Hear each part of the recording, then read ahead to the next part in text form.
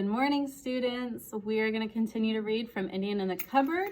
Remember yesterday, Omri had taken Little Bear and Boone to school with him so Patrick could have Boone back. And the moment that Omri transferred Boone to Patrick's hand, all of their classmates started to come over to find out what was going on between the two boys. So they're out in the courtyard. This was the picture we left off from yesterday. They're out in the courtyard, everyone's coming over, so are they going to have to share their secret with everyone right now? What's he got? What's he got? I bet it's something horrid, one of the students said. I bet it's a slimy toad. Maybe a little wiggly worm. A beetle. Omri felt his blood begin to boil. He longed to bash all of them in one by one, or better still, all at once, knocking down giant hordes of enemies like Skittles. He imagined them all rolling backwards down a long, wide flight of steps in waves. The best he could manage in reality, though, was to lower his head and keep his hand cupped stiffly over his left pocket, barge through a chanting circle. He caught one of the students in a good butt in the stomach, which was rather satisfying. Patrick was hot on his heels, and they belted across the playground and in through the double doors, which fortunately had just been opened. Once inside, they were relatively safe. There were teachers all over the place, and any kind of fighting or taunting, above a sly pinch or a simple whisper, was out. Patrick and Omri slowed to a walk, went to their places, and sat down, trying to look perfectly calm and ordinary so as not to attract their teacher's attention. However, their heavy breathing gave them away. Well, you two, what are you puffing about? Been running? Their teacher asked. Omri and Patrick glanced at each other and nodded yes. So long as you've not been fighting, the teacher said, giving them a sharp look. She always behaved as if a little fight was a long step to a dangerous road. Neither of the boys got much work done during their morning. They couldn't concentrate. Each of them were too aware of the little passenger in their pocket. Both Little Bear and Boone were restless, particularly Little Bear. Boone was naturally lazier. He kept dozing off in the dark and then waking up with a little jump that made Patrick very nervous. But Little Bear was scrambling around in Omri's pocket the whole time.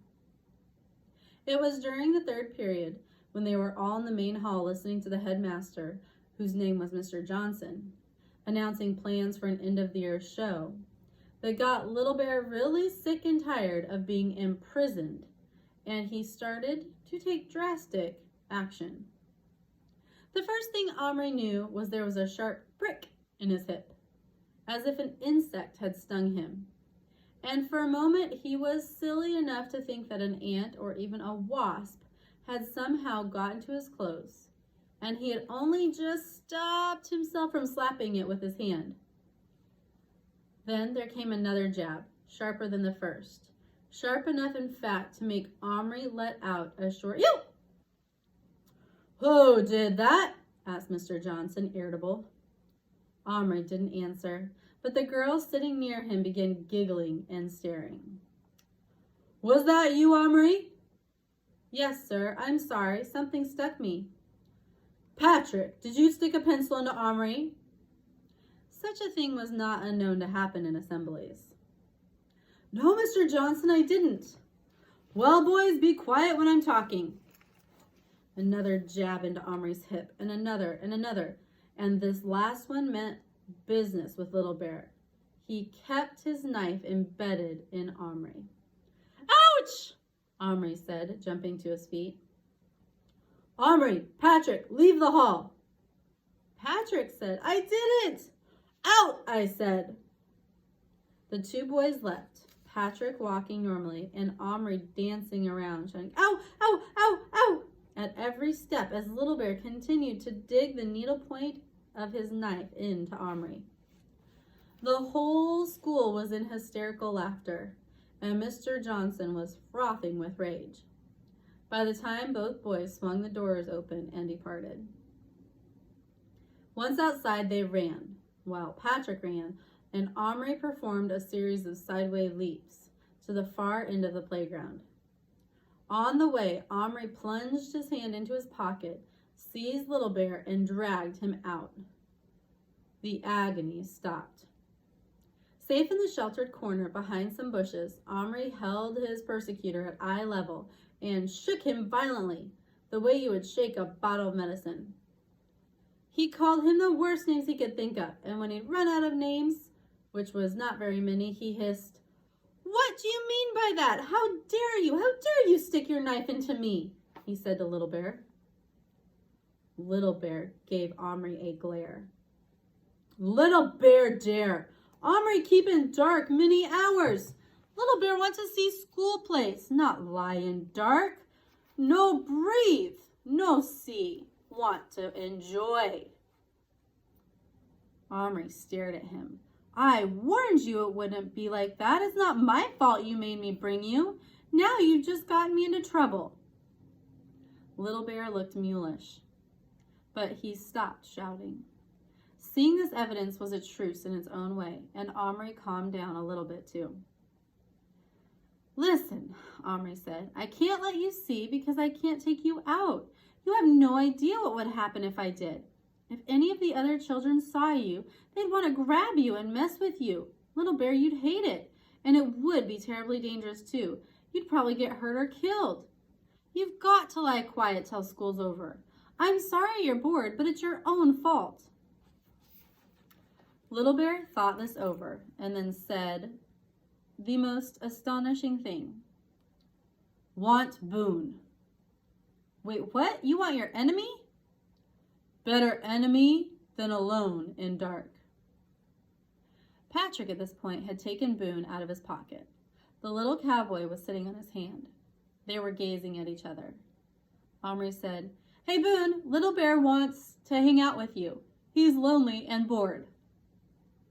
"Well, ain't that just too bad," said Boone sarcastically. "After he tried to kill me, and now he's come over all lovey-dovey. Listen here, you redskin," he shouted through cupped hands across the lawn, half yelling. "I don't care how lonesome you are, and I don't care if you drop down dead. The only good Injun is a dead Injun." Little Bear turned his head haughtily away. Patrick looked at Omri. "I think Boone is lonely too. He's been crying." "Oh no, not again," said Omri. "Honestly, Boone, at your age?" Just then, both the boys heard their teacher calling them from the school door. "Omri, Patrick, come on, you two. You've not got the day off, you know."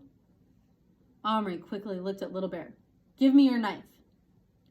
Then I'll put you together." With only a moment's hesitation, Little Bear handed over his knife. Omri slipped it into the small pocket of his shirt, where it was empty. And then he said to Patrick, "Let me have Boone." "No," Patrick said. "Come on, just for the next lesson. Then at lunchtime, you can have them both. They'll keep each other company. They can't do much damage in a pocket." Reluctantly, Patrick handed Boone over. Omri held one in each hand so they were face to face. "You two be good. Try talking to each other instead of fighting. But whatever you do, do not make noise." Omri slipped both of them into his left-hand pocket, and he and Patrick ran back to the school building. The next chapter is called Trouble with Authority.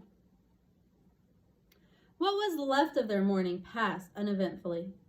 Omri got a few math problems done, but by the time the first whiffs of school lunch were beginning to flood the classrooms, Omri was congratulating himself on a stroke of genius in putting the two little men together. There had not been another peep out of either of them, and when Omri took an opportunity, when his teacher's back was turned, to open his pocket stealthily and peer down, he was pleased to see them sitting at the bottom, face to face, apparently having a conversation, for they were both gesturing with their arms. There was way too much noise around for Omri to hear what they were saying. He had given some thought to the matter of lunch. He would separate them for that, one in each pocket, slip dry bits of food down to them. Omri let himself play with the wonderful fantasy of what the other kids' reactions would be if he casually brought them out and sat them on the edge of his plate. Funny to think, he would certainly have done it only a few weeks ago without thinking about the dangers. The bell rang at last. There was the usual stampede, and Omri found himself in line next to Patrick. "Come on, hand him over," Patrick said over his tray as they shuffled towards the fragments of food. "Not now," Omri said. "Everyone would see." "You said at lunchtime." "After lunch, Patrick." "Now, I want to feed them." "Well, you can have Boone, but I want to feed Little Bear." "You said I could have them both." Patrick was no longer whispering, and others in line began to turn their heads. "Will you be quiet?" hissed Omri. "No," said Patrick in a loud, clear voice, and he held his hand out. Omri felt trapped and furious. He looked into Patrick's eyes and saw what happens even to the nicest people when they want something badly and are determined to get it. Omri slammed his empty tray down on the floor and, taking Patrick by the wrist, pulled him out of line and into a quiet corner of the hall. "Listen to me," Omri said, gritting his teeth. "If you let anything happen to Little Bear, I will bash you so hard your teeth will fall out."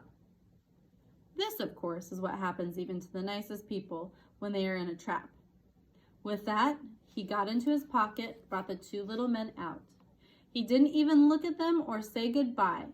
He just put them carefully into Patrick's hand and walked away. Omri had lost his appetite, so he didn't get back in line. Patrick did, though. He even pushed a bit. He was so eager to get some food to give to the cowboy and Indian. Omri watched from a distance. He wished now that he hadn't been too angry to give Patrick some pretty clear instructions on what to do, like telling Patrick to separate them. But now he thought about it. Perhaps it was a good idea to feed them in a pocket. Who wants to eat something that's descending between two layers of cloth and bits of dust and fluff? If Omri had still had the two, he would have taken them to some private place so they could eat properly. Why had he brought them to school at all? The dangers were awful. Watching, he suddenly stiffened. Patrick had reached the food slat now and received his dinner. He almost ran with it to the table. He did not try to go to the outside row near the windows. He did try to go to one of the benches in the outside row near the window, but a lunch lady stopped him and made him sit in the middle of the hall. There were children all around him, on either side. Surely, thought Omri, surely he wasn't going to try and feed them there. He saw Patrick take a pinch of bread and slip it into his pocket. He wasn't wearing a jacket, and the men were in his jeans pocket. Fortunately, the jeans were new and loose, but he still had to half stand up to get the bread in. When he was sitting down, the people in his pocket must be pretty well squashed against his leg. Omri imagined them trying to eat, held down by flat, too thick layers of cloth. He could almost see Patrick imagining it too. Patrick was frowning uneasily and shifting in his chair. The girl next to Patrick spoke to him. She was probably telling him not to move. Patrick said something sharp in reply. Omri sucked in his breath. Patrick, don't draw attention to yourself. And then suddenly, Omri gasped. The girl had given Patrick a hard push. He pushed her back. She nearly went off her chair. The girl stood up and pushed Patrick with all her might, using both hands. Patrick went flying backwards, half onto the boy on the other side of him, who jumped up from his place, spilling part of his food. Patrick landed on the floor. Omri didn't stop to think. He raced towards his friend across the hall, dodging in and out among tables. His heart was hammering with terror. If Patrick had fallen on them... Omri had a terrible, fleeting vision of the pocket of Patrick's jeans. With bloodstains spreading, crumpled men, Omri had to clamp down on his imagination. By the time he got to Patrick, he was back on his feet. But now there was another boy there, angry and clearly looking for a fight. The girl on the other side of him looked ready to clobber him too. Omri pushed between them, but a stout lunch lady was already ahead of him. And that's where we're going to stop. This is the last read aloud for right now. We're going to finish this after spring break. After spring break, when we finish, I will have a short survey on what book we should read next. So I love you all, and I will see you after spring break.